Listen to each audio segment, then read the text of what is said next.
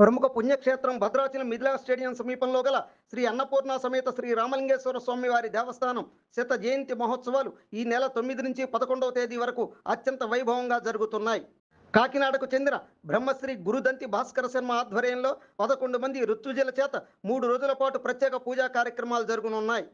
ప్రతిరోజు ఉదయం సాయంకాలాల్లో ఈ ఉత్సవాలు జరగనుండగా ఆలయ చరిత్ర నిర్వహణ గురించి శివాలయం బాధ్యులు అడ్వకేట్ కాపా కృష్ణప్రసాద్ వివరించగా శత జయంతి మహోత్సవ పూజా కార్యక్రమాల గురించి పండితులు వెల్లడించారు. ఇలా ఉంటే ప్రముఖ పరిశోధాత్మక కావ్య రచయిత, కాకతీయ శాసన గ్రంథకర్త, పలు అవార్డుల గ్రహీత డాక్టర్ లగడపాటి సంగయ్య శివాలయం శత జయంతి మహోత్సవంలో దేవేరులను దర్శించుకొని పూజలు చేశారు.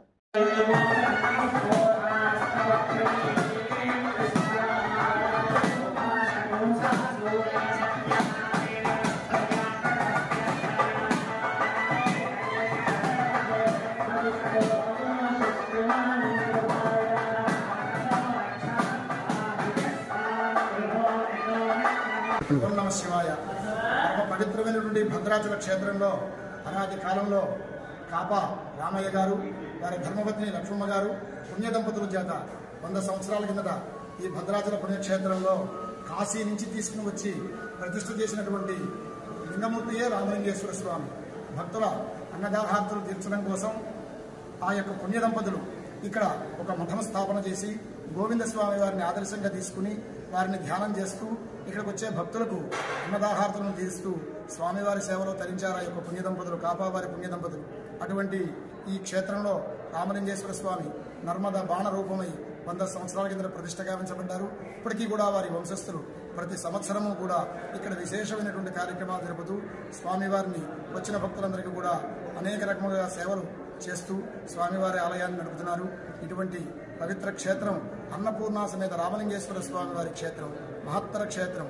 శివాయ విష్ణు రూపాయ శివరూపాయ విష్ణవే శివశ్చ హృదయం విష్ణు విష్ణోశ్చ హృదయం శివ అంటే పరమ పవిత్రమైనటువంటి ఈ యొక్క భద్రాచల క్షేత్రంలో శివకేశవులు ఇద్దరు కొలి ఉన్నారు. కాబట్టి శివకేశవులు ఇద్దరు ఉంటేనే పుణ్యక్షేత్రంగా చెప్పబడింది శాస్త్రంలో. కాబట్టి అటువంటి మహత్తరమైనటువంటి భద్రాద్రి క్షేత్రం నందు ఈ స్వామివారి దేవాలయం వెలసినడం మనకి చాలా పుణ్యప్రదం. కాబట్టి భద్రాచలం వచ్చేటువంటి ప్రతి భక్తుడు కూడా ఈ ఆలయానికి వచ్చి కాశీ నుంచి తీసుకొచ్చి ప్రతిష్ఠ చేసినటువంటి ఈ యొక్క రామలింగేశ్వర స్వామి వారిని దర్శించి తరించవలసిందిగా కోరుతున్నాము. ఈ యొక్క ఆలయం 100 సంవత్సరాలు పూర్తయిన నిర్మాణం సందర్భంగా స్వామివారికి శత జయంతి మహోత్సవ కార్యక్రమాలు ఈ రోజుతో ప్రారంభమై 3 రోజుల పాటు జరుగుతాయి.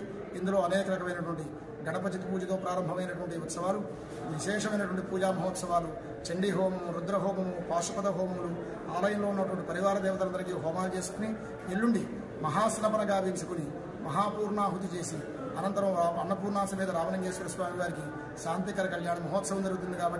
కాబట్టి కాపావారి యొక్క వంశస్థులతో నడపబడుతున్నట్టు ఇప్పుడు దేవాలయంకి 50 మంది దర్శించి తరించవలసిందిగా కోరుతున్నాము. ఓం నమః శివాయ. జై శ్రీరామ్. ఈ భద్రాచల క్షేత్రంలో జరపబడుతున్నటువంటి శ్రీ అన్నపూర్ణ సమేత రామలింగేశ్వర స్వామి వారి యొక్క శతవార్షిక పూజా కార్యక్రమములు స్వామివారిని ప్రతిష్ఠ గావించి 100 సంవత్సరములు జరిగింది. కాబట్టి స్వామివారికి అత్యంత వైభవపేతంగా ఈ పూజా కార్యక్రమాలన్నీ కూడా కాపావారి యొక్క వంశస్థులు, ఈ యొక్క దేవాలయం యొక్క వంశస్థులు జరిపిస్తున్నారు. ప్రతి సంవత్సరం కూడా వారు అనేక కార్యక్రమాలు జరిపిస్తున్నారు. వచ్చిన భక్తులందరికీ కూడా ఎన్నో సేవలు అందిస్తున్నారు. ప్రసాదాలు ఇస్తున్నారు.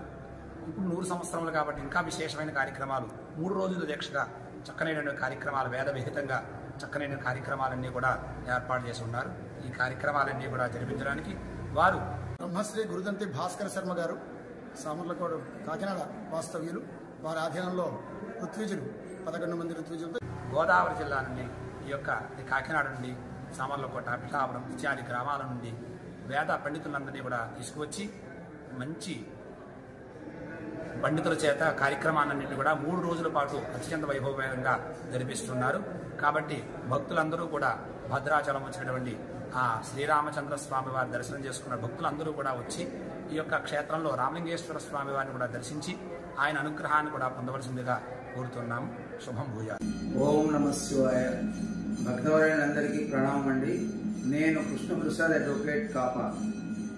నేను న్యాయవాదిగా పనిచేస్తున్నాను హనుమకొండలో.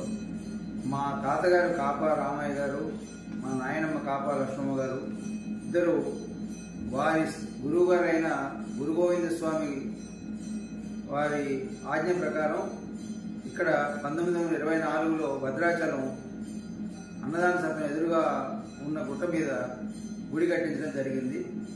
ఆయన ఈ గుడి ప్రాశస్త్యం ఏంటంటే ఈ విగ్రహాన్ని ఆయన కాశీ నుంచి తీసుకొచ్చారు. కాశీ నుంచి తీసుకొచ్చేటప్పుడు ఆ గురు గోవింద స్వామి గారు ట్రైన్ ఎక్కితే నువ్వేదో బండలు తీసుకొస్తున్నావు ఇవన్నీ కాదు కదా దిగిపోమని చెప్పేసి రైలు వాళ్ళు టీటీగా దించేశారు. దించేస్తే సరేలేమో దిగిపోయి వాళ్ళు స్టేషన్లో ఉంటే బండి కదలకుండా ఆగిపోయింది. అందువలన ఆ బండి వాళ్ళు తెలుసుకొని టీటీ వాళ్ళు రైల్వే వాళ్ళందరూ కూడా వచ్చి ఆయన మళ్ళీ ప్రాధేయపడి సార్ స్వామి తప్పైపోయింది మీరు రండి అని చెప్పి మళ్ళీ ట్రైన్లో కూర్చోబెట్టి వాళ్ళని అప్పుడు ట్రైన్లో కూర్చున్న తర్వాత మాత్రమే బండి కదిలింది. అప్పటిదాకా బండి కదలలేదు. ఆ తర్వాత వాళ్ళు ఈయన గారి పాటలు పద్యాలు ఇవన్నీ వింటూ ఈయన చెప్తున్న ప్రవచనాలన్నీ వింటూ డోర్నకల్ వరకు తీసుకొచ్చి, అది మద్రాసు పోయే ట్రైన్ అట, డోర్నకల్ వరకు తీసుకొచ్చి అక్కడ ఆపేశారు. డోర్నకల్ నుంచి మళ్ళీ కొత్తగూడెం ట్రైన్లో వచ్చి అక్కడి నుంచి తీసుకొని వారు ఇక్కడికి తీసుకొచ్చి ఈ శివలింగాన్ని రామలింగేశ్వరిని అక్కడ ప్రతిష్ఠ చేశారు. అంత మహిమగల ఈ విగ్రహాన్ని ఇక్కడ ప్రతిష్ఠించి 1924 నుంచి 100 సంవత్సరాలు అయిందండి. అందువలన శత జయంతి ఉత్సవం దీన్ని జరుపుతున్నాం. ఆ తర్వాత గురు గోవింద స్వామి గారు ఈ టెంపుల్ కట్టించిన 3 సంవత్సరాలకి 1927లో 17 మే 1927 నాడు ఇక్కడే తను సమాధిలోకి వెళ్ళి అక్కడ అందులోనే కూర్చుండిపోయారు. అక్కడ అందువలన ఆయన ఎక్కడైతే సమాధి అయ్యారో దానిపైన గుడి కట్టించమని చెప్పి ఆయన కోరిక ప్రకారం మా నాయనమ్మ గారు గోవింద స్వామి ఆలయం అని చెప్పి గుడి కూడా కట్టించారు. తర్వాత అప్పటి నుంచి తదాదిగా 1924 నుంచి ఇప్పటి వరకు కూడా విశేష పూజలు అందుకుంటూ భక్తులందరికీ కూడా ఈ అత్యంత మహిమతో శక్తివంతమైన నేటికి విశేష పూజలు అందుకుంటున్న ఈ రామలింగేశ్వర స్వామి ఆలయంలో త్రైహణిక దీక్షా విధానంగా శత జయంతి మహోత్సవం 100 సంవత్సరాలు పూర్తయిన సందర్భంగా శత జయంతి మహోత్సవం జరుపుటకు దైవజనులు సుముహూర్తం నిర్ణయించడం జరిగింది. ఫిబ్రవరి 9, 10, 11 మాఘమాసం పాడ్యమి, విధియ, తదియ 3 రోజులు కూడా ఈ విశేష పూజలు ఇవన్నీ ఉంటాయండి. అన్నపూర్ణ సమేత రామలింగేశ్వర వారికి కళ్యాణ మహోత్సవం ఉంటుందండి.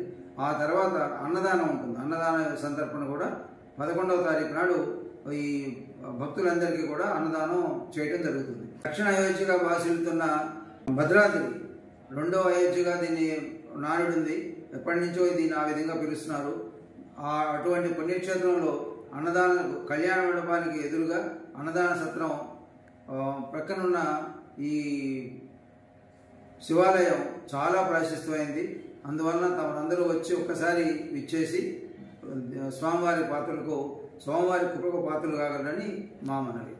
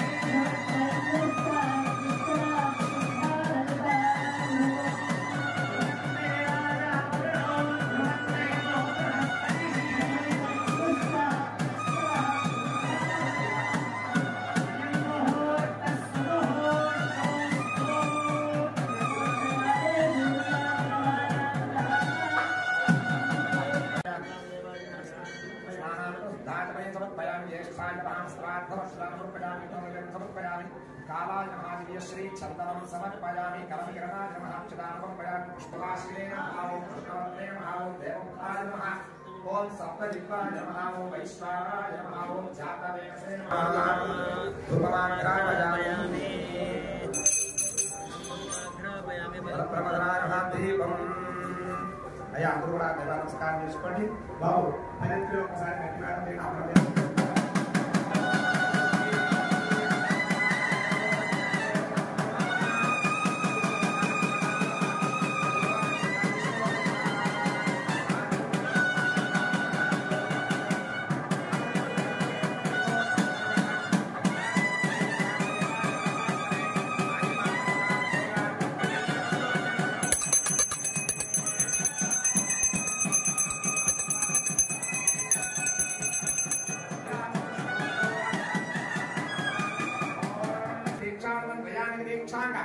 దీప స్థాపన ముహూర్త శుభ ముహూర్తోస్తు గోవిందా నమః పార్వతీపతయే హర హర మహాదేవ నైవేద్యం దదాతి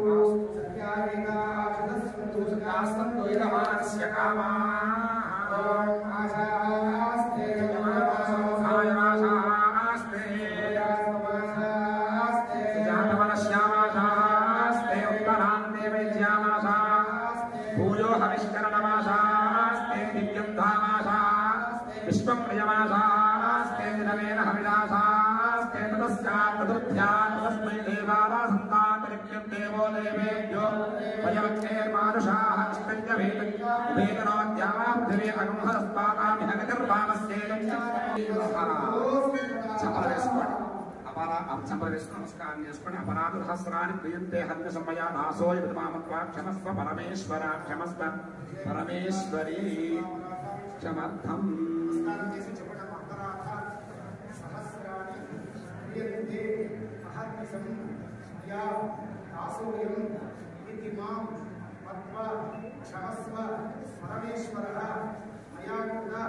సంకల్పిత భద్రాచల క్షేత్రే శ్రీ అన్నపూర్ణ సమేత శ్రీ రామలింగేశ్వర స్వామి దేవత ప్రీత్యర్థే శత జయంతి మహోత్సవ కర్మణి అంగత్వేన ప్రథమ దివస ప్రాతకాలాది మాధ్యాహ్న కాల సమయే మహాన్యాసపూర్వక యథాశక్తి ఇంద్రాభిషేకేన భగవాన్ సర్వాత్మకః ఏతత్ఫలం అన్నపూర్ణ సమేత శ్రీరామలింగేశ్వర స్వామి దివ్య పాదాల కింద అర్పణమస్తు.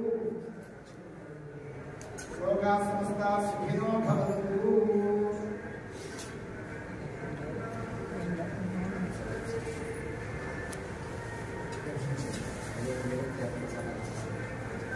గణపతి ప్రసాదం రామశివారి పాపహారి విశేషతః ఆజన్మస్య భూతపాపానాం ప్రాయశ్చిత్తదినే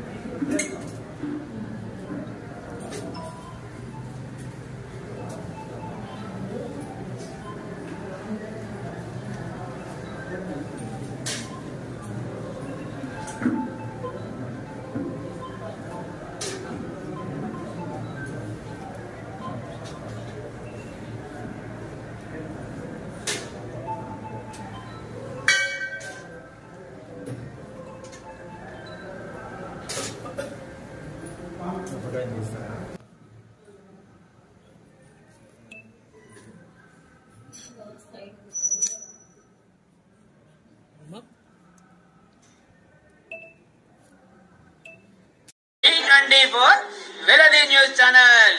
అందరూ చూడండి, ఆనందించండి, లైక్ చేయండి, షేర్ చేయండి, సబ్స్క్రైబ్ చేయడం మర్చిపోకండి.